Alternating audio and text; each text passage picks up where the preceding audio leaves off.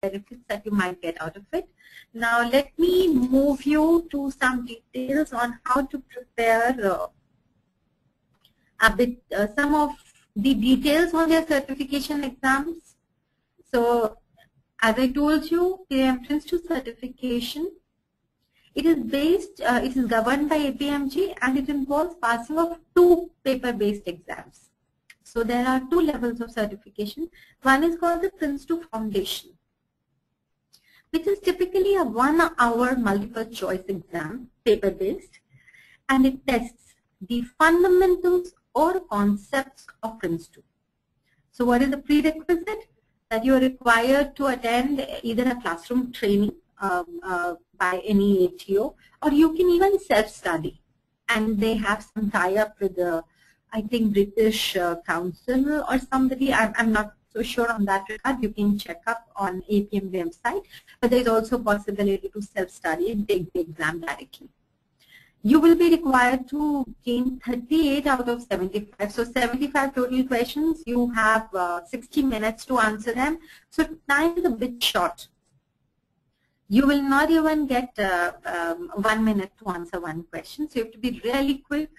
That is not a problem if your fundamentals are clear during the training. So you just need one good trainer.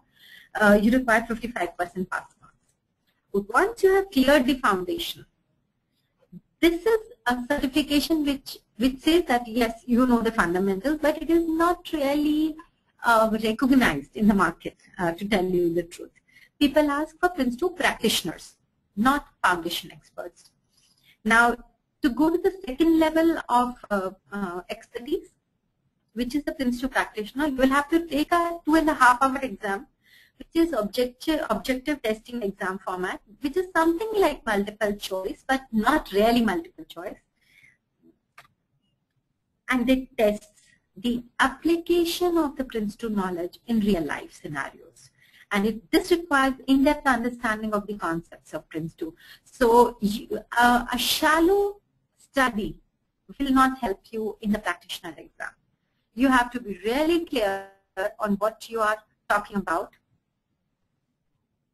Okay, so you have to be very, very clear on what you are going to talk, what you are going to write on. You have to understand the real life project scenarios, because this is what they are checking, the application of the knowledge.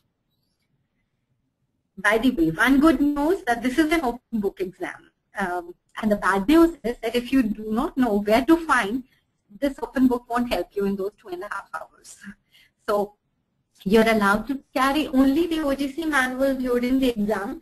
But what I really like about Prince2 is that the manual is with you. If you understand, then you are able to go right to the place and take the help. So that the system allows.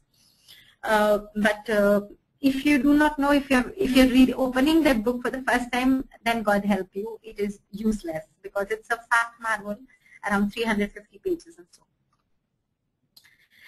The prerequisite to appear for practitioner is that you should have passed the foundation exam. Definitely, because if you have failed the first one, then you are not allowed to sit for the second one.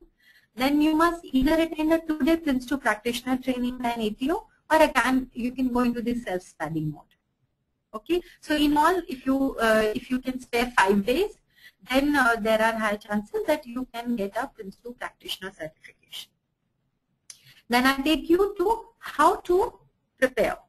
Okay, yes, sorry, I forgot to tell you that again on practitioner pass marks, you require 59 on 108. So in all, there will be 9 sections. 7 questions will be on the 17th, and 2 questions will be on the process groups. They're randomly selected, and it is quite an interesting question paper. And 5 questions out of 108 are unmarked. That means that even though you have them right or wrong, you will not be marked against them. They are sort of R&D questions. Even PMP does it, so does Prince2, because they are trying to evaluate the new questions into their exam format. So you have to score 59 on 108 in 2.5 hours. There is no negative marking.